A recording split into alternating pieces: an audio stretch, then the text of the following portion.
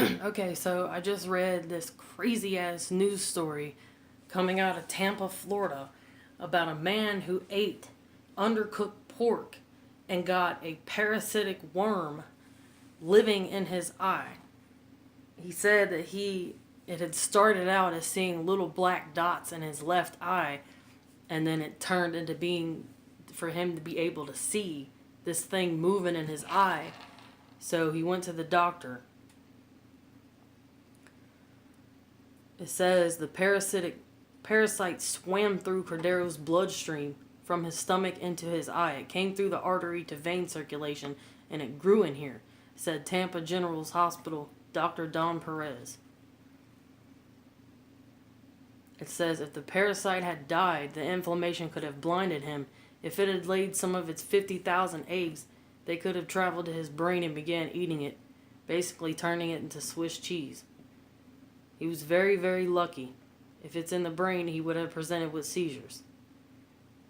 So it was a parasitic tapeworm, and they did surgery to get it out of there. If you have to tickle it from side to side and have the cutter ready so when to shoot into the light. So I went into the cutter from the light, you can actually aspirate and kill it. He took out 3 millimeters of the worm that was fertilized with those tens of thousands of eggs. He said there are roughly 20 documented cases worldwide of pork tapeworms in human eyes. I've been hit with lightning because of how seldom I see this, he said. It is also responsible for 70% of all acquired epilepsy cases, yet most of them are never traced back to the worm. There are no reported cases in Muslim countries where people do not eat pork.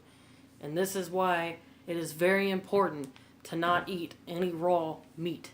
No raw hamburger, no raw pork, no raw fish. You don't know what is in that meat. What kind of parasites or bacteria is in that meat. You have to make sure that meat is cooked thoroughly to kill all parasites and germs, or you end up like this guy with a fucking tapeworm in his eye. That would freak me the hell out. I wouldn't even know what to think. That's just terrifying. I can just imagine what this poor guy went through and how he felt about that. He said he's never going to eat pork again. I don't blame him.